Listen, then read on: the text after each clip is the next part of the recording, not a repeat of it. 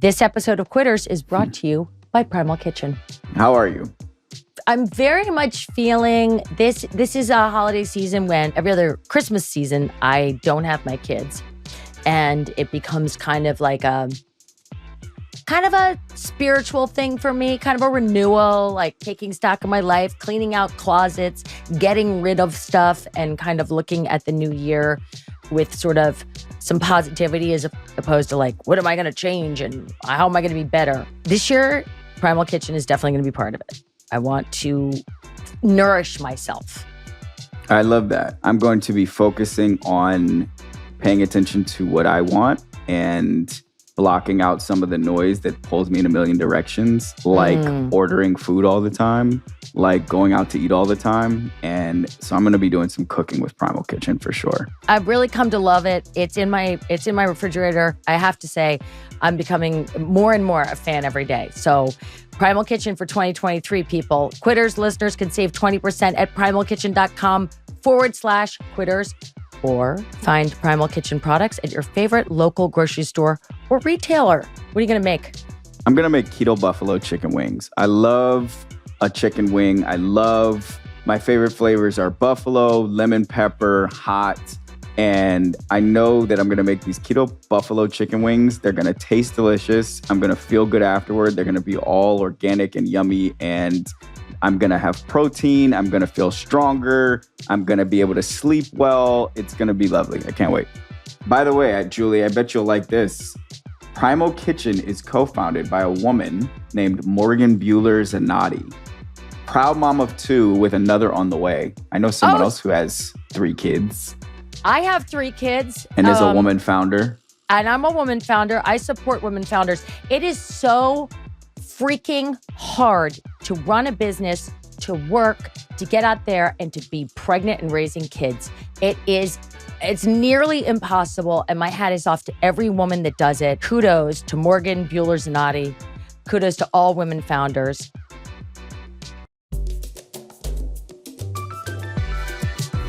I quit college. What? My parents, I quit college. I only went to, So Back up. Tell us about it. I should have said that first. So I only did 2 years. I went to Columbia College, Chicago, studying comedy, writing, and performance through Second City.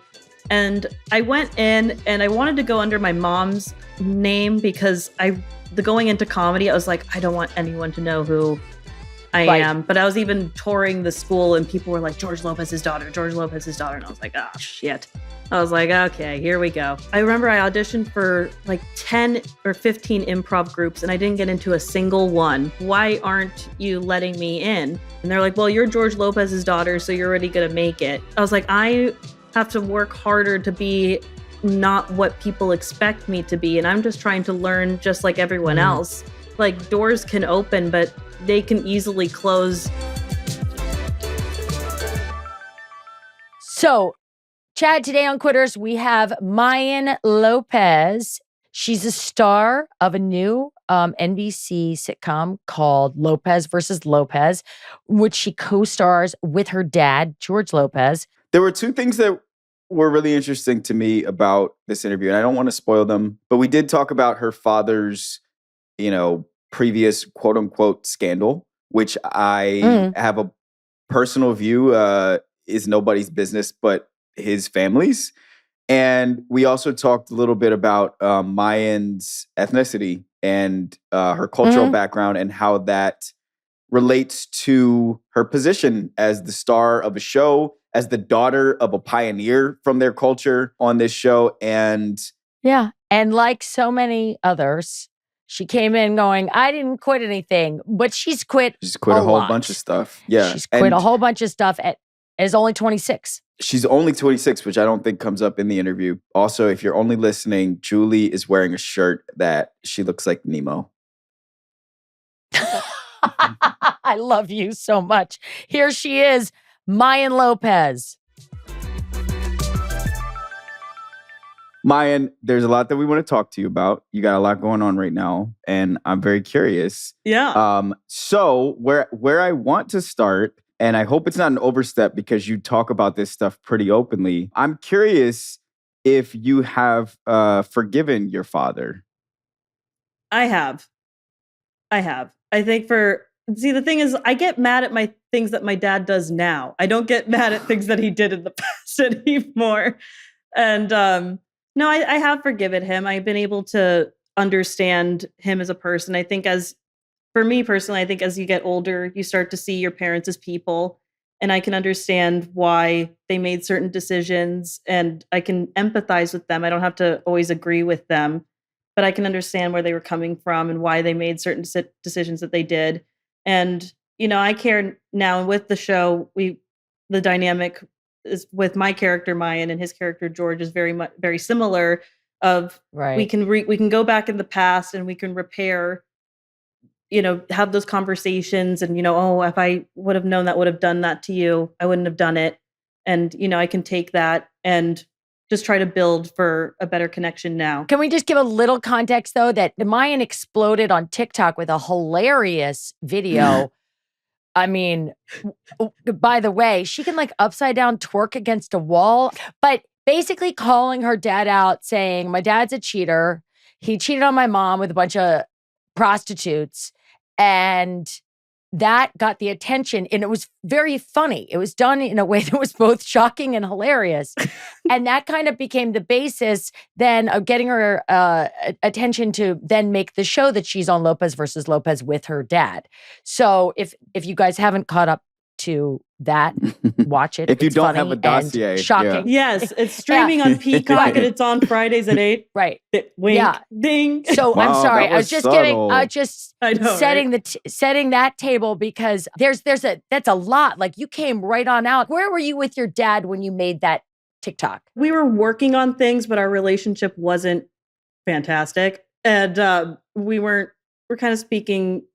We were in therapy, but other than that, we didn't really talk to each other. So I kind of this is not the first one that I'd made. I'd made other ones along with stories of my life, like very LA childhood, being the child of a celebrity. I have a lot of stories. And one I made was, I was a model for Hillary Duff's line. And I was on New York Fashion Week, Kids Child, and I walked. And so I made a whole story time with that and other stories that I've had. But really a lot of it was my daddy issues and with my dad. And so that was the one that got the attention of our showrunner, Debbie Wolf. She was procrastinating and looking at TikTok at 3 a.m. as a lot of us do when we can't sleep. And she saw that and she said, I watched it like 50 times. It's like, because I didn't think my mom didn't want me to post it. My mom actually didn't want me to post it. She's like, Mayan, this is too far. So be like me, kids, air out your dirty laundry. Don't listen to your parents. And maybe, it's wild. Like I've done so much training and that's the one you work for, that one moment. And that was the one moment for me. And it's kind of wild how it all went together. But was it meaningful to you when you posted it? Or was it like, it was just like you were having fun on TikTok? I wanted to set the record straight because my dad did get canceled before it was cancel culture and as it is today. And there were backlash. There was things he had to spend many years to repair, but it's not as unforgiving now. If people still remember and have those things against him, that's totally their right. But you don't have to feel bad for me. If you're angry, I'm not angry. If you want to be angry, that's fine. So someone made a TikTok, I was responding to it of, George Lopez got a kidney from his wife and then he cheats on her. And I'm like, well, really, my mom divorced him. And, I was like, so she still gets hella money in alimony. She's better off. And, I had the text bubbles underneath the twerking. Right. And so I was just like, what's to get people's attention?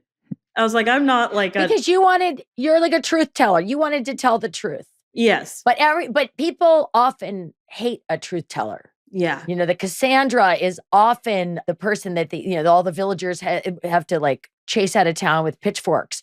Like, have you always been a truth teller? Who? Cassandra? She's a truth teller. She's a seer in Greek myth. Mm-hmm. Okay.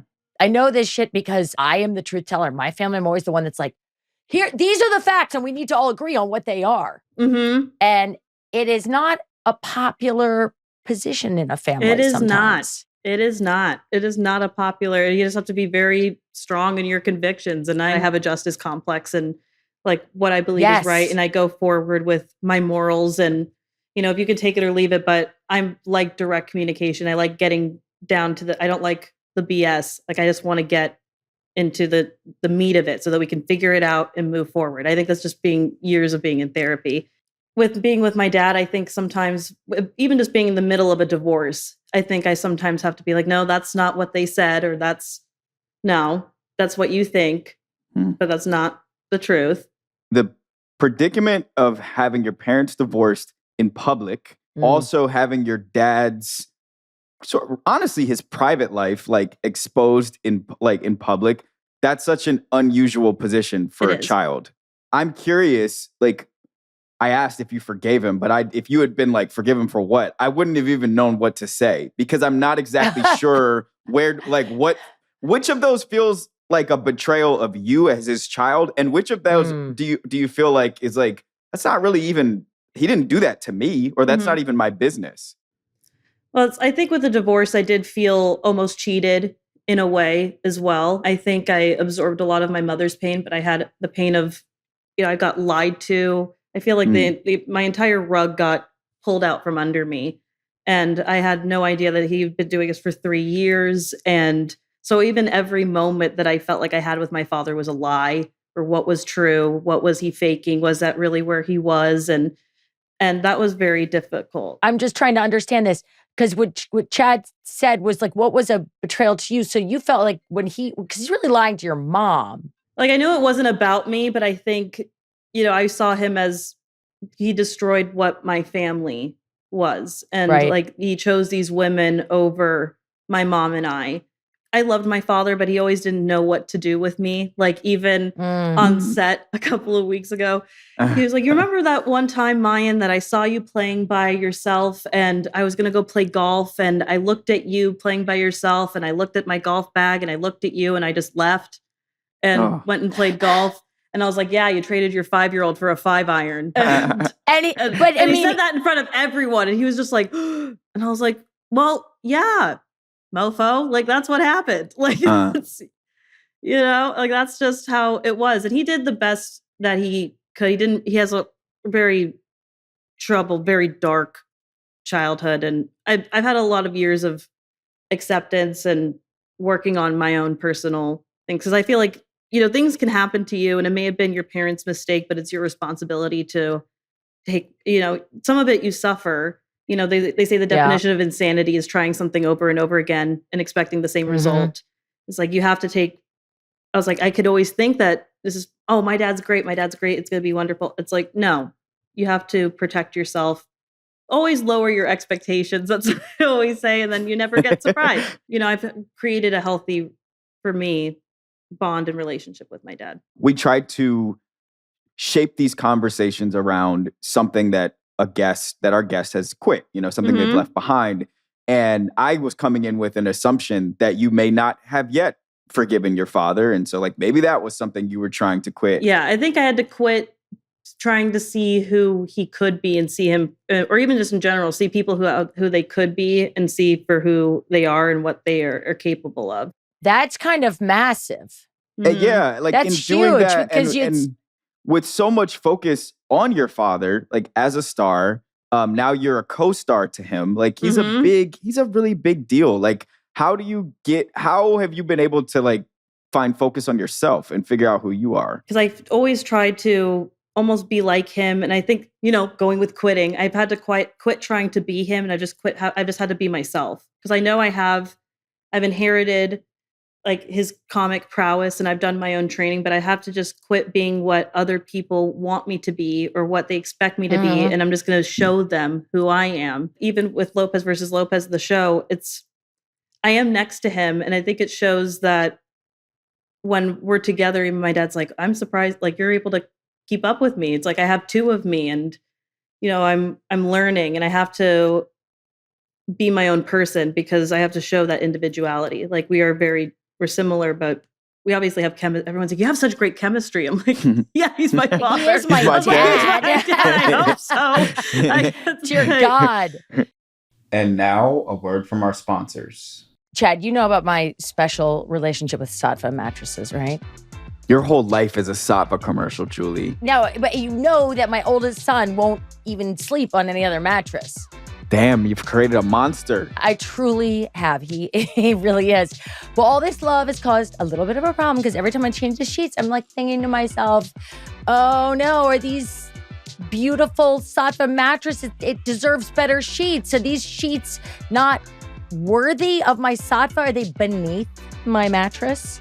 No, I see what you did there. Yeah, I know. So, Chad, I just don't think that my current sheets are good enough for my Sattva. So guess what I'm going to do?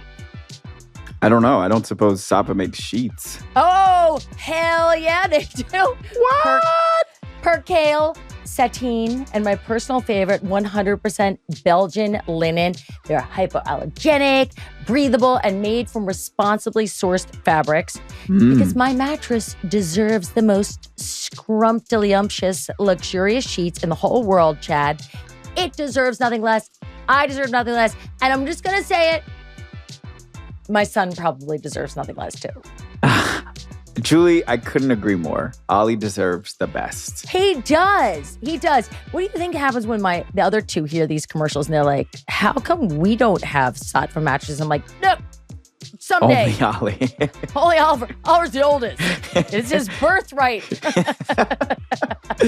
Yes, save $200 when you purchase $1,000 or more at sattva.com/quitters. That's SAATVA.com/quitters. Something that you can do in only 15 minutes that'll make you feel like a whole new person is get a wax. That's a fact. It only takes 15 minutes. European Wax Center has 15-minute appointments, which is efficient. I like that. But it is a process that needs to be comfortable, and you want it to go quickly. Really? No one wants to go slowly at a wax. You just want it to be like, you just want to... Yes, but they use a wax that is like, it's not tearing the skin. You want to grab the hair and not the skin. And when it's done right, it is done right. And you just feel like, you feel like you just exfoliated and cleaned and showered. Like you can't feel cleaner and better than after you get a nice fresh wax. And when they are professionals, you're like, you surrender and you're like, boop, boop, boop. It's not unpleasant, and it feels quite good to be free of all that hair. And don't forget, like, you get your first wax free. Your first wax is on them. With 15-minute appointments, an exclusive comfort wax, and an array of post-wax products, beating the winter blues is smoother than ever before. Want to give us a try? Your first wax is on us. It's on us. We are part of the European Wax family. We are part of it. We are. So experience a new state of smooth at European Wax Center.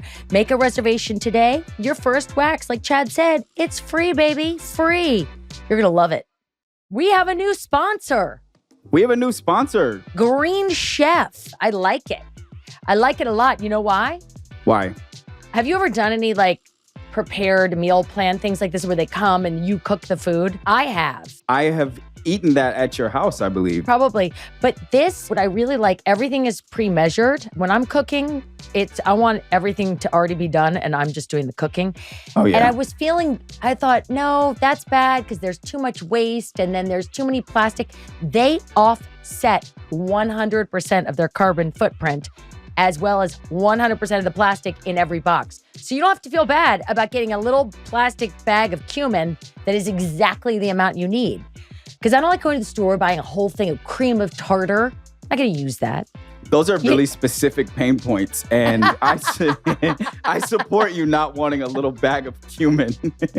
No, I agree. So wait, it saves you time and it saves the environment. That's pretty cool. Yes, and because it is Green Chef. They mean it. They are the #1 meal kit for eating well, for eating green. You can go keto or paleo, or I like the fast and fit because it's super quick. I have my kids half the week. They like the more meaty options. They like the Angus beef options. I like the vegetarian options. I love salmon. They've got a salmon that's crusted in pecans that is delightful. The salmon, it's slamming. In 2023, help yourself to delicious, convenient recipes that support your healthy lifestyle and taste good too. Eat well in the new year without sacrificing taste. Listen, I just threw that in. That's not even on here. Listen. Go to greenchef.com/quitters60 and use code quitters60 to get 60% off plus free shipping. Green Chef. Green Chef. Go get it. How does this affect then sort of the family system, even though your family's divorced and you were Mhm. taking on this kind of idea that your dad's betrayal of your mom was a betrayal of you? So you've forgiven him. Where does that leave your mom? During the pilot of the show, Selene Sleva, who's known of Orange is the New Black, she plays my mother. That's Phenomenal. what she's from. Orange is the New Yeah. Black. I was going crazy. Mhm. Oh, yeah. Okay. She's great.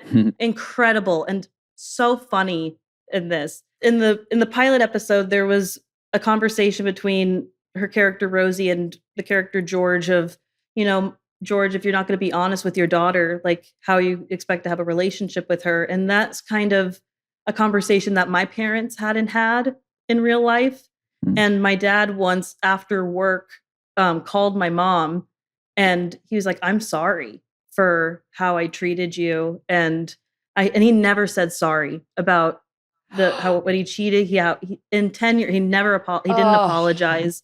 And because I think he just didn't have the capacity to at that time. And so my mom was just crying and she was like, she had to quit. She was like, "Look, I never expected you to have an apology. I never thought I was going to get one. So I had to have my own healing and work through my own things. And just like, I appreciate you saying that." And they had like I heard some of it and then I left and they had a conversation that they really haven't had. And that's just, life imitating art. The relationship on the show, for those who haven't watched it, and you should, the mom and the dad are divorced and he was a cheater. I mean, it's very just ripped from the headlines. Yeah. But it's for the mom, it's ancient history. She rolls her eyes at George and she's filled with warmth and she cares about him and she cares about her daughter. But that was kind of like wish fulfillment. Like you created that and then it has now started to become so. In times, my dad doesn't like my mom being on set a lot of the time. And I can say that because there was a headline where my dad talked about how he didn't like my mom being on set. And so I'm just like, all right, Lopez versus Lopez, ding, ding, let's go. I'm like, but okay. Wait, why you just said I can say that. And I was thinking to myself, how does she, Chad and I talk about this all the time because we obviously have reasons to touch points in our own families that we talk about with guests. And we always are very careful. We never want to hurt our parents' feelings. And I thought this woman has no fear. And yet you said, I can say this because my dad said it. So there is a boundary somewhere. Where is it? I think it's just two comedians. I think even when that TikTok with my dad that I made about my dad, my dad was golfing with Anthony Anderson and he's a great friend of his. And he's like, "Did you see Mayan's TikTok?" And my dad was like, "Yeah." And he's like, "And you're okay with that?" He goes like, "Yeah. Like she did. She can do that. That's if she wants to say that, she can say that." And, because it's really like the show is different than who we are as people. And I think it's just, I wouldn't say anything negative, like super negative about him. We have enough time and separation where we can touch back and we're almost in the show. We're almost visiting those places and using them comedically to harvest those laughter and those real life moments. But it's enough that it doesn't affect us as much anymore because we worked through it. Did you have any trepidation about doing this job with your dad? Or was it just like, wow, what an enormous opportunity. I'm an artist. I got to do this. It was the latter. It was, I didn't really think about it when I got the opportunity and it was presented to my dad and I, is we both were jumping at the opportunity of, our dynamic is one that speaks to one that really hasn't been seen on television, a father and a daughter, or even a mother or son through a divorce, or even one parent that you're not super close to and you want to build a relationship. It's one that, and it being real life too adds a different element to it, a realness and authenticity. With the George Lopez show, the original, it was very much the same thing of his real life. So it wasn't out of the realm of, I know what to expect. I know what that looks like. I know what that first show is meant to people. And I hope that when people watch our show, they can watch it with their families and relate to it and see those themes that most of them are specific to the Latinx community. But I love the story that my dad told with the George Lopez show. They were doing the set decoration for the set and for the kitchen. And they were trying to put chilies up, dried chilies, and they're trying Oh to my put, God. a tortilla press. And my dad was like, Like what a is Mexican this? restaurant. Yes, exactly. And they're like, what is this? And they were like, well, what's going to let people know that it's a Latin kitchen? And Oh my he's like, how God. about the Latinos in the kitchen? And I always think about that story because it's universal. The themes of family and generational trauma and anxiety, like we talk about them lightly, but enough to where you're like, yes, I get it, and I can laugh about it, and I can feel, yes, that dynamic is wonderful. Like I can see that. So I'm gonna come in here and ham-fistedly, but Let's do it. Do it. Let's do Bring it. it, Ham that Chad. fist. I'm Fist gonna that get better at ham. this over time, but I'm just gonna do it this way this time. Like, what are you Alright. trying to quit? What have you quit? Like, what is like? You saw that you were coming on a show called Quitters, and you thought what? Oh, I thought I was like, well, I've quit the trumpet. I've quit. I remember I had a Louis. Thank you. I had a Louis Armstrong phase after seeing him in High Society when I was a little girl, and I just like wanted to learn to play the trumpet. And Oh then, my God. with my comedy training, I quit Second City. I went that must be hard. And I studied Second City. I went to the conservatory, and I say in interviews I finished, but really I quit. I quit about 6 weeks before I was going to officially graduate. Why? And that's still one that I think about a lot. There was a lot of things personally for me going on and health-wise. I have I have PCOS and I have a thyroid condition. So I gained 50 pounds out of in the matter of like 2.5 months with me not doing absolutely anything. And I had to go on stage, and there was a sketch that I wrote that I was going to be a Christian hip hop aerobics instructor, and I had to be in a leotard, and I felt I couldn't, and these pictures were going to be there, and I wanted to be proud of them. And I was like, I can't go up there. I was so and not in a place of loving myself, and just I was like, you can't go up there. People are going to laugh at you. They're going to think you're fat. And I quit. Did you tell anybody why? I did tell my main teacher the reason. And he was sad because he was like, it was a year and a half of my life. Like I was working, and it was the most fulfilling experience that I've ever had. And I was just adamant. I was just, nothing was going to change my mind. And I left. And it's still a regret that I have of mine. Like I wish that I could have done that, but also I had to respect that I didn't have that capacity to do that at that time. For non-LA people, like what is the significance of Second City for non-entertainers? Like, can you set up the stakes of that, of like you're quitting that? It's why a that's big so big? deal. No, it's a really big deal because Second City is one of the breeding grounds for comedians, and they get like they get Steve Carell, showcased. Steve Martin, like Chris Farley, Tina Fey, Amy Poehler, like Tim Meadows, like huge Met legends have studied there, and they have different classes, and they're opening one in New York, but they have them in Toronto, and the big one is in Chicago, and it's Chicago. Like is that where you were? It's a mecca, yes, and it's like a mecca of comedy training and improvisation. Yeah. And to get all the way through, and they have showcases, and SNL always looks at their graduates and who's finished the program. It's a really big deal. It's just a really, really big deal. And so to walk away from it, you must have been feeling incredibly I felt so hopeless. Less than. And you didn't. How does it feel to talk about it though now? Well, I think Second City has forgiven me. They follow me now on Instagram, and they're very supportive of who I am now. They're like, oh, we're so happy for you. And, I think that to me meant like I graduated. Like they saw me and accepted me as someone that studied at their school, and they approved of the comedian and the actor and the performer that I am. And it was a big thing for me. And they want to claim you, and rightfully, with pride, they claim you and say, because you did do training there. And how did you? Because I quit college as well. I quit college. My What? parents, I quit college. I only went to, So back up. Yeah, Tell I probably us should about have said. I should have said that first. But so I only did 2 years. I went to Columbia College, Chicago, studying comedy, writing, and performance through Second City. And I went in and I wanted to go under my mom's name because the going into comedy, I was like, I don't want anyone to know who I Right. am. But I was even touring the school and people were like, George Lopez's daughter, George Lopez's daughter. And I was like, oh, shit. I was like, okay, here we go. I remember I auditioned for like 10 or 15 improv groups and I didn't get into a single one. And I went up to the people who were like my age and I was like, I know I'm good. Like, why aren't you letting me in? And they're like, well, you're George Lopez's daughter, so you're already going to make it.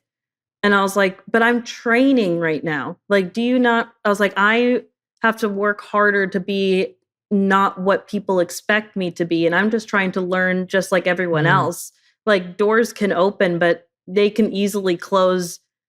And even I almost had imposter syndrome, like with my show now, but even my mom was like, do you know that NBC would not be spending, or they would have not put you up there or not put it behind you? And I think not a lot of people who are not in the industry will not understand that, is like how many hoops you have to jump through. Like, they could have gotten rid of me at any time. And your dad has gone through scandal. They could say for 1,000 reasons. They could be like, just chuck it on the heap. It's easier not to do it than it is to do it. And they chose to do it, which means they believe in you. I just want to be clear. The scandal is the prostitutes, yes? Or is there some other scandal that I don't know about? With other things. I think, my father was a bit of a drink. He's a drinker. 2014, he passed out like drunk at a casino. And I made a TikTok where I was like, me in 2014, I was so happy. And my dad told me he had his drinking under control. And then that happened 3 days later. I'm like, what? Yeah. And so, was he okay with that TikTok? Okay. Was he not okay with that TikTok? Like, he was chill about the I don't think we were other talking one. enough for him to even let me know. So I took that as ask forgiveness, not permission. That's like kind of one of my family's ways of doing things. And so with college, like, I just was having a hard time, and I just felt like it wasn't what I thought studying comedy was going to be. And so my dad were just like, leave.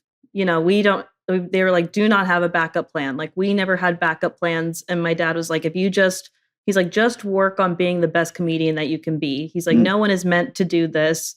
And if you just focus on that, people will notice you. It'll come eventually. And so I believed, and I trusted him, and I believed him, and I did that. And then I got that TikTok. Like, that TikTok changed my life. And that was, who knew that the one moment I was going to be working for was to be twerking upside down? I was like, my ass got me a TV show, shaking my ass. It sure did. That's counterintuitive, though, because most... Is it what? It's no, the not new the generation ass, not the ass. The ass is not counter. I'm sorry. Your parents' advice, not the twerking. Yeah. Your parents' advice to not have I've never heard any parent tell their kid that. I think that's really special. Do you have a backup plan now? Like, do you believe in backup plans? I would love to be writing and creating more projects. And like, I want to be able to, be like a Mindy Kaling, writing and producing and just putting shows out there, telling stories. Like, that's what I've always worked to do. And now I'm very grateful that that's what I get to do every day, and working something so personal to me. Like, you've really trained for this for your whole life. It sounds like you're not like the industry plant child of a star who gets put into the... Do you deal with that as a stigma? They made me work for it. Even my first movie that I did was with my dad. It was more of like, they gave me that part because we were going to be in Canada for like 3 months. And it was a little Nickelodeon. It was a Nickelodeon movie called Mr. Troop Mom. But my mom made me work for it. It was a kids like camp movie where my dad played a troop leader. And the opposite Jane Lynch, who was the head. And it was right before she got Glee. And my mom actually gave her salary to get like Jane Lynch on. Oh, wow. But she was like, oh no, I'm not getting paid for this. We're getting the person. We're getting Jane. This is great. I had to go in mud. We did canoeing. I fell in water. She kind of exposed me to acting is not always glamour. Like she was like trying to turn me.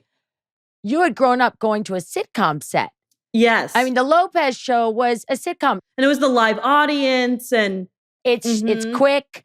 It's all about the funny. And then you go into a movie and you find out that it's about the funny, but 90% of it is days, about like night shoots. It's cold, always the weather. And But I was like, no, I actually fell in love with it even more. I was like, my parents didn't want me to go into acting until I was like 18, until I started doing college. I did Second City camps when I was in elementary school and junior high. And I actually I rode horses for 13 years, and then I quit horseback riding to kind of go into acting. And that was always under my special skills when I did auditions. Because even when I was auditioning, I had like I've really done very small things. And I would go into auditions, and the casting directors, I knew they wanted to ask me, and they would try to ask every question. I'd just be like, yeah, no. And I would go just saying, yeah, that's my name, Mayan Lopez.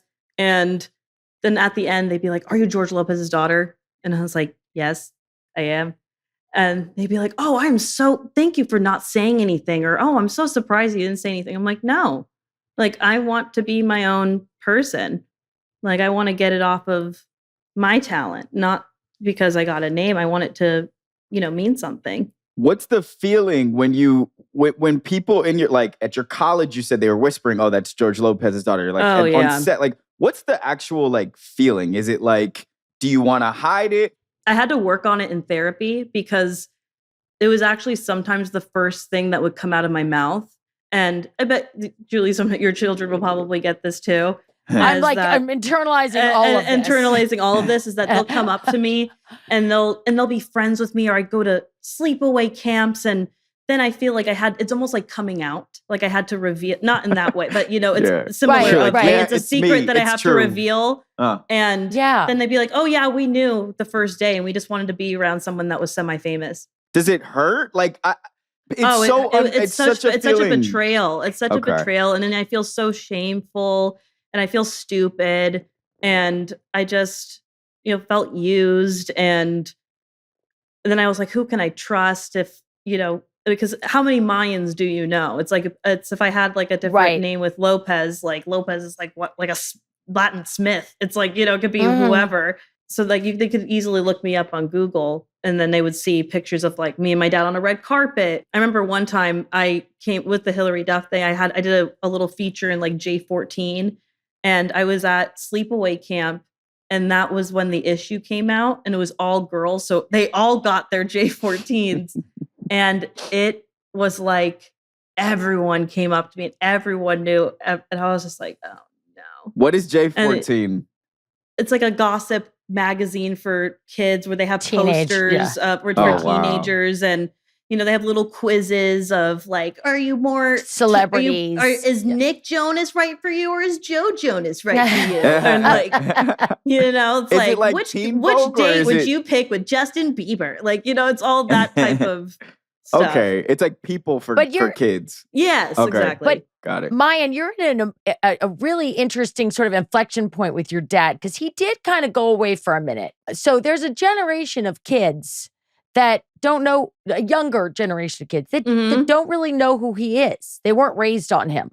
And now they, like my kids, they see this billboard, they see you two as equal.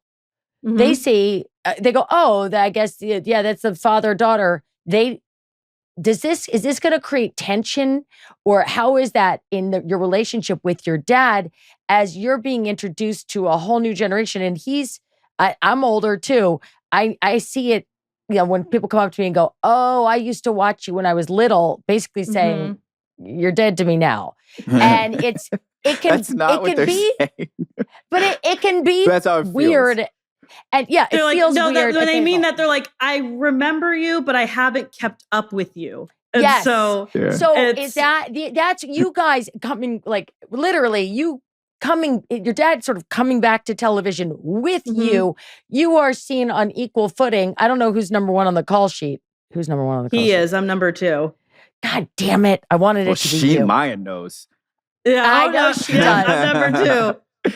But is it weird? Like someone comes up and asks for your picture, and then they maybe are ignoring your dad. I mean, it's got to be a real. I haven't gotten recognized yet, and at all. And I think it's interesting because I've lost about 30 pounds from when the pilot came out to now, and a lot of it was just stress because I've never been a number. Like it's like I went from being doing little acting jobs and studying to studying on an NBC sitcom.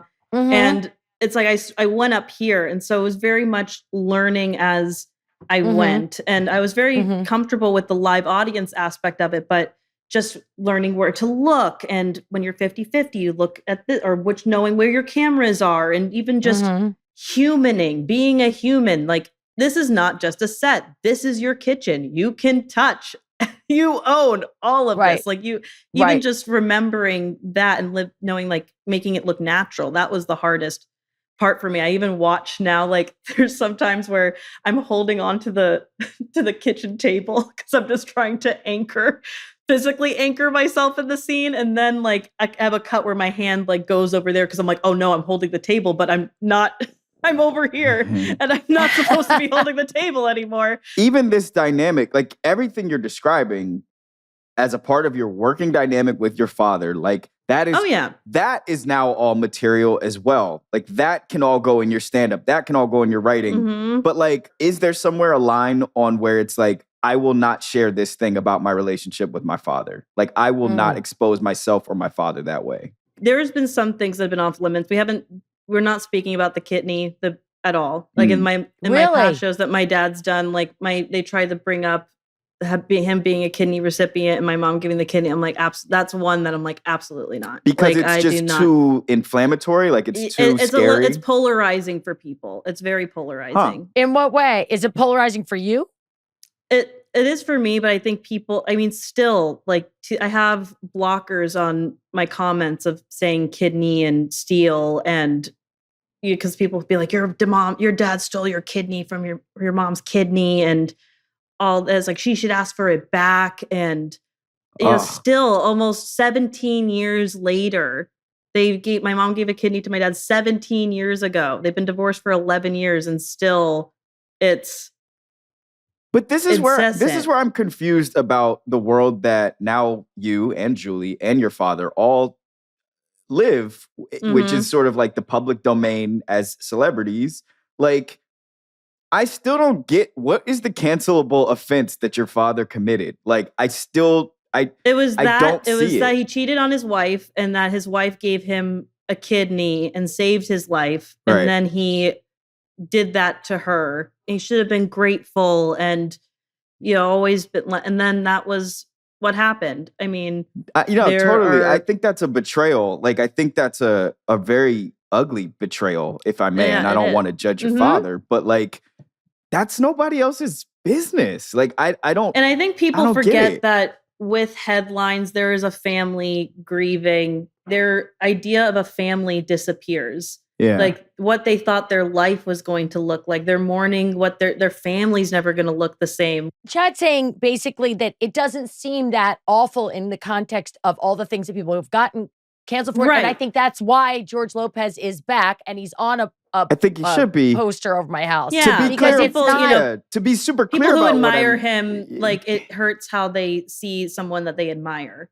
How much of this is culturally, was he like representative of all Latinos and success, and that he represented something that was, really held up high as far as family values and being a dad, and that he let down, therefore, what Chad was just asking, an entire community. Yeah, it was very that as well. Oh yeah, and I really have so much respect for my dad, because him now being able to go on screen and to be, because the character drinks and is similar in real life, high. and he gets high and he does and we're both putting ourselves out there, but him more so because he has more to lose. But we're artists. Like, I'm willing to put myself through an uncomfortable situation that it helped me going into work. Like, I'm going to be a Latin representation. I've always wanted to be a representative of my community and on a network, and to be able to share stories that people are going to so closely connect to. And now a word from our sponsors. Just strap in, Chad, because I got some etymology for you. Oh boy.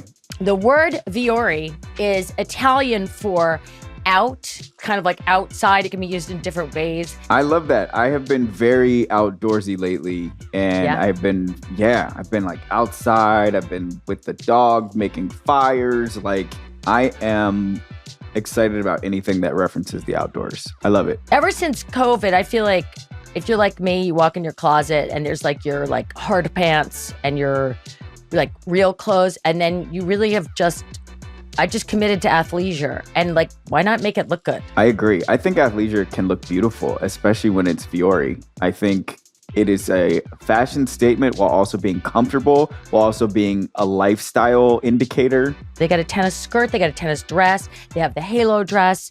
I can't wait to get mine. I'm very excited. Here's a secret surprise that I like. So not only is it easy to wear because it's athleisure, it's comfortable, you can just walk outside in it and know that you look good and also feel good. It's also easy to buy because the website is easily navigated. My least favorite thing about shopping online is that these websites do not care about user experience. They only care about if they get your money or not. But this website is lovely. Everything you want is easily accessible. You can see it right there. You can see a model that kind of looks like something you might look like when you put it on, of all shapes and sizes. Yeah. It's beautiful. I like that. I like size inclusivity because everybody deserves to be comfortable and active. But the women's performance jogger is a staple. They are incredibly soft. New colors just came in, so hurry to get them while you can because these guys sell out quick. Viore is an investment in your happiness. For our listeners, they're offering 20% off your first purchase. Get yourself some of the most comfortable and versatile clothing on the planet at viore.com/quitters. That's VUORI.com/quitters. And not only will you receive 20% off your first purchase, but enjoy free shipping on any U.S. orders over $75 and free returns. No restocking fees. Go to viore.com/quitters and discover the versatility of Viore clothing. This episode of Quitters is brought to you by Primal Kitchen. How are you? I'm very much feeling this. This is a holiday season when every other Christmas season, I don't have my kids. And it becomes kind of a spiritual thing for me, kind of a renewal, like taking stock of my life, cleaning out closets, getting rid of stuff, and kind of looking at the new year with sort of some positivity as opposed to like, what am I going to change and how am I going to be better? This year, Primal Kitchen is definitely going to be part of it. I want to nourish myself. I love that. I'm going to be focusing on paying attention to what I want and blocking out some of the noise that pulls me in a million directions, like ordering food all the time, like going out to eat all the time. And so I'm going to be doing some cooking with Primal Kitchen for sure. I've really come to love it. It's in my refrigerator. I have to say, I'm becoming more and more a fan every day. So Primal Kitchen for 2023, people. Quitters listeners can save 20% at primalkitchen.com/quitters. Or find Primal Kitchen products at your favorite local grocery store or retailer. What are you going to make? I'm going to make keto buffalo chicken wings. I love a chicken wing. My favorite flavors are buffalo, lemon pepper, hot. And I know that I'm going to make these keto buffalo chicken wings. They're going to taste delicious. I'm going to feel good afterward. They're going to be all organic and yummy. And I'm going to have protein. I'm going to feel stronger. I'm going to be able to sleep well. It's going to be lovely. I can't wait. By the way, Julie, I bet you'll like this. Primal Kitchen is co-founded by a woman named Morgan Bueller-Zanotti. Proud mom of 2 with another on the way. I know someone else who has 3 kids. I have 3 kids. And is a woman founder. And I'm a woman founder. I support women founders. It is so freaking hard to run a business, to work, to get out there and to be pregnant and raising kids.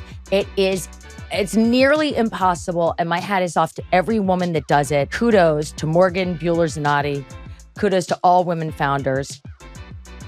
If you misstep, look, you're married to Matt Shively on the show, which I love. I love Matt. Hilarious. I love so Matt. Funny. And you're married to this white guy who just gets nothing but abuse from your dad. But I mean, you could look at that as if you are being representative of a certain segment of the Latin population, that they're like, why are you married to a white guy on the show? Why aren't you married to a Latin dude on the show? Why are you speaking English? I'm like, that happens. It happens. Can I clarify terms here also? Because I better. Well, whiteness and like Latinness are not mutually exclusive, right? Like there are white Latin people. Yeah, I don't know where y'all are. The white Latino. There's, if they're half white, half Latino, or you have, I think with the Latinx community, it just kind of goes over, because if you say Hispanic historically, it's like if you're from Spain or you're from and if you're like Latin, it's like the Latin American countries. And I think now even the terms are changing. Like I've been saying Latinx, but now I've been hearing people saying Latina. What's that? I'm still trying to figure it out. I think it's another encompassing term of everyone. But the guy in the show, Julie, you're saying is like he's like a United States American white boy. He's from North Dakota. Like he is corn-fed white boy. And George Lopez is Georgian Mayan. I mean, your name's Mayan. Are you Mayan? I mean, I don't know what that means to you, Julie. To me, it's a very obvious representation of Mexican culture, and when it was, that's like indigenous. Well, yeah, I mean, like I'm named. Well, so my dad actually named me. My name is Mayan. It's in Hebrew. It means eternal spring in Hebrew. And wait, my parents. And so my mom.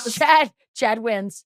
And I don't win because I didn't know, but I knew it wasn't what you thought it was. And before my parents were pregnant with me, I think my dad was on tour doing some date, and they were watching this CNN, and it was about Israel and Palestine. And there was a Miss Universe. Her name was Mayan, or she was an Israeli runway model. And the things that were coming out of her mouth were just very eloquent and about the world. And my dad was like, Mayan, Mayan. My parents were just impressed with her. And it was like, Mayan, like the Mayan civilization. And I was like, oh, if we have a daughter, we should name her Mayan. And but if I can ask, like, do you know, I'm just curious. Do you know if your ancestors are like from Europe or from Mexico? So my dad's side, Mexico. My dad's like 5th generation. So my dad always likes to say, he's like, it's like keeping a lion in captivity their whole life. And then if they were go into the wild, they would just die. He's like, if I went into Mexico, like I wouldn't survive. Like I wouldn't make it. And then my mom's side of the family, I'm like Spanish, Portuguese, a little French. We all come in all different shapes and colors. The majority is like Spanish, Portuguese, Mexican, and Cuban. Word. Worthwhile. How hard? It's only been a thing really front and center culturally to identify. Like, how do you identify in the past, say, 10 years or I identify as Latina. I'm Mexican and Cuban. But we just did an episode about this because I don't speak Spanish. And so that's another thing I quit. I quit trying to learn Spanish. I'm going to try to learn. Your dad, whose idea was that? Whose idea was it that you should learn Spanish, and whose idea was it? It was nature's idea, because I had a speech delay. And so I couldn't even, and I still have processing, and I have ADD. I have a lot of learning disabilities. So I had trouble learning English and just putting words. I said Pacific Ocean instead of Pacific Ocean. Like I had problems with my THs. It was very cute as a little kid, but you got to dip it in the butter, or else she's going to be, or it's not going to, the pumpkin's going to turn on that cuteness real quick. And so the speech therapist was like, you can't teach her Spanish because she's just going to get confused. And so and it gets harder as you get older. It gets harder as you get older. Right. I even went through in high school. Yeah. And even high school, like I can understand it. But I could respond in English, but I couldn't speak it. Like I've done Spanish immersion trips, and I remember dreaming in Spanish. I remember I could think in Spanish, but when it got to getting the words out of my mouth, like it just wouldn't happen. And also when I would try to practice with my family members, they did not want to slow down. Like they just speak like they speak so fast, and they were like, they didn't want to slow down for me to learn. Yeah. So I was like, so your mom and dad spoke Spanish at home? I mean, they would use it when they wanted to speak, not with things that they didn't want me to hear. So we would be in the car, and then they would be speaking English, and then they would look at me, and then they would start speaking Spanish, and I'd be like, "Hey, what are you guys talking about?" My dad has a taco restaurant, has a food chain of George Lopez's Chingo and Tacos. They're awesome. But I went somewhere where they had it, and I was like, "Let me do a review of them." And so I did a review, and I said things Americanized. Like I didn't say it with an accent. Like instead of Jarritos, I said Doritos, and I said, and salsa verde. I said salsa verde. I just said it. You said it like an American because that's American. What you are. Because even with my parents, my mom's first generation, but my family is very much like we're in America now. Like let's keep it Americanized and right. So and I got destroyed. I got destroyed in the comments. Like people were just like, I can't believe George Lopez's daughter doesn't know Spanish and she's a disgrace. She shouldn't be a representative of and I just made an episode we just made an episode about it, about like me not learning Spanish. And it's very funny. That episode is one of my favorites. I still got comments like that, but the majority of them were, thank you for saying something about it because I am someone in my family that doesn't speak it and I'm not any less Latina or I'm not any less Latin than when I don't. And so that's like, where I'm happy for the stories that I'm telling. And, you can't make everybody happy. You got to quit trying to make people happy because because everyone is always you're going to upset someone, even if you think you're going to do everything great. And I wanted to ask you about that specifically because you are like, you've just really jumped the line in a lot of ways from like, aspiring X, Y, and Z to like, you actually are an X, Y, and Z now. You're the star of a show. Yeah, I didn't expect that. People were thinking that. I'm like, nuh-uh. When you walk around set, when you walk around the writer's room, like, are you comfortable in your skin as the boss? Are you like, do people treat you like the boss? Do you feel like the boss? And are you comfortable with that? I had to grow into that. I was very, because I was just, there's so many things I had to learn. I think seeing it from the outside and watching it is completely different than now being the one doing it. And I prepared before doing, acting classes. I quit a lot of acting classes because I would just get so anxious. And I did more one-on-one and worked to get to a good place. And people did treat me with respect. NBC has been nothing but lovely. Since day one, being so supportive of the stories that we're telling. I had to kind of grow into my power more. And because I think I was so focused on the acting, then I kind of put the producing to the side. And then as the season has been going on, I was able to balance both of them. And then, the writers are so great that I help and consult, but I really don't have to make a lot of notes. It's like the episodes are just really wonderful in themselves. But I've had to own my power. I think I had to be in a way of, I'm young. I've been treated with respect, but I don't know if I'm always listened to. I'm not going in there as someone maybe a stereotype of my generation, which some of it's true of like, oh, I deserve this and I'm here and I'm like, no, I know a lot, but I don't know everything. And I'm willing to, like, I just want to put my perspective out there. And I'll fight for something that I want to fight for. But if I lose, like, I'll put my hands up and I'll be like, okay, that's fine. I just want to keep going. I want to create something that's successful. I'm now starting to own that more because I think I'm getting paid to be there. I'm getting paid to have my opinion. I think it was more of, did I earn this? And I was like, no, I did. I've always wanted to be on NBC. I thought I was going to be on SNL. And now a promo for my own show was playing during Saturday Night Live. And those are moments that I've had where I'm just like, yeah, you did it. You did. It's your, it's your show. I have a quit for you. I don't know if you can do it. Yeah. Fuck the comments. Fuck reading the comments. I know. Just quit it. You said you that. had a block, and I'm like, oh, good. She's blocking the comments. You're like, on the words kidney and steel. And I'm like, don't read them. Live forever. Like, those comments are the worst. I also got to quit enabling myself because I'll be like, oh, well, you'll read some of them or you can scan and like see if there are some positive ones. And I'm like, no, like now even my dad's like, don't read reviews. Don't read anything. Don't read anything. Read nothing. I couldn't agree more. Ty Burrell used to call it the game of more, where when Modern Family started, all we got were like raves. And he would go, and you get to the bottom of the Google page and there say, more? And he was like, yes, please. And then get to the next page. And invariably, you will hit the awful comment. And the question is, why do we look for is that really who we believe we are? And until we find it, are we just going to keep searching for the validation that we really kind of suck?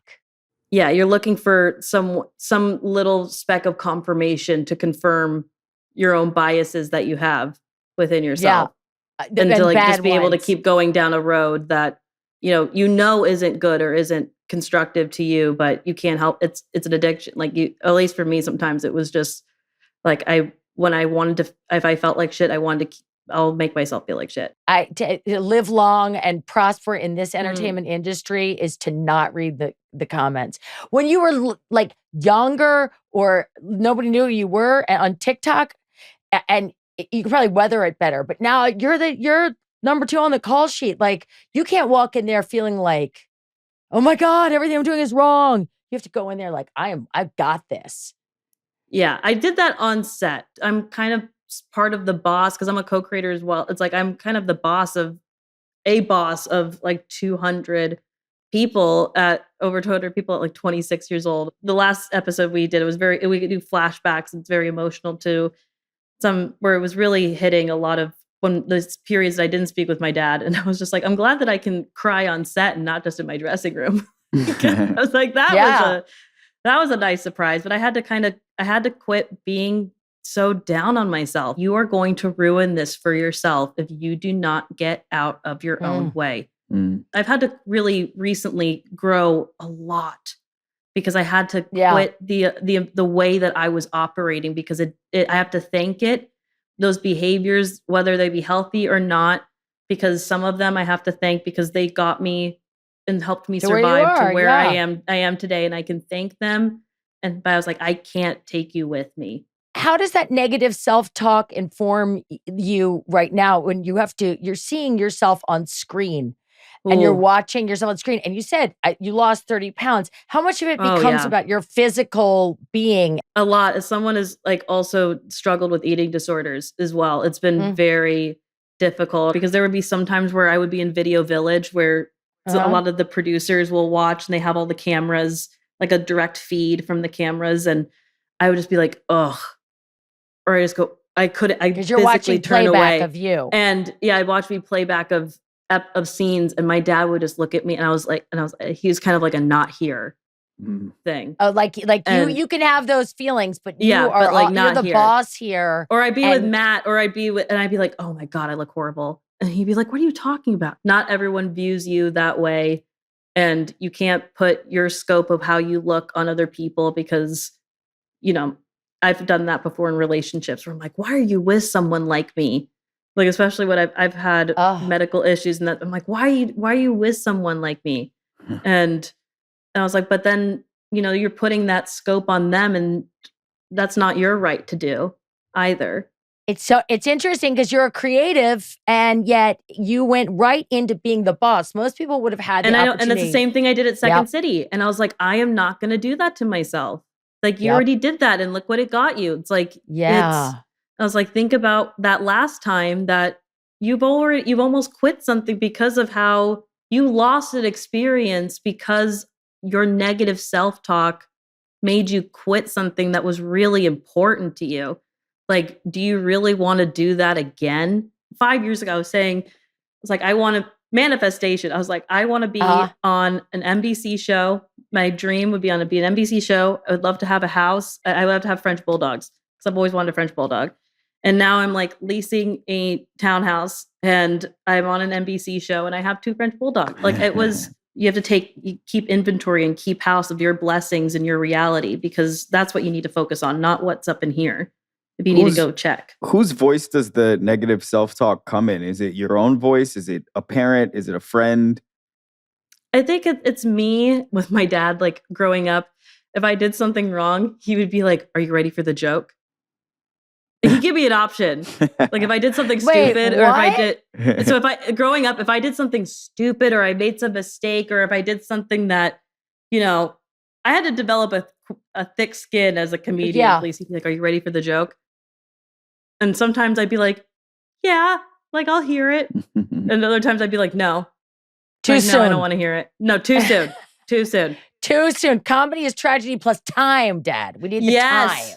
I say that all the time. And it's really with the timing of everything as well, because now it's so great I'm so proud of my dad as well. He's going to be in the new Blue Beetle for DC, the new DC movie called Blue Beetle that's coming out next year. It's the first Latino superhero movie. Cool. And, oh wow.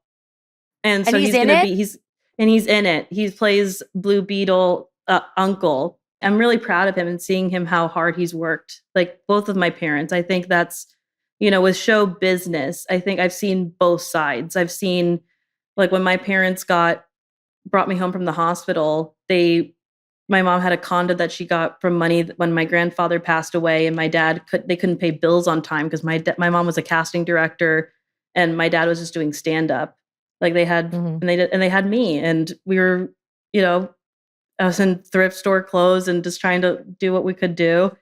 And I was about 5 years old when the George Lopez show started. So I saw how hard they worked, like internally, externally. Like I've heard the conversations of my mom and my dad my dad not taking roles that would have been huge, but he would have played a gang member. He would have played a gardener. And it's like, we're not going to perpetuate those stereotypes. Like even if we have to take a personal hit, we're not going to do that for the representation in the culture.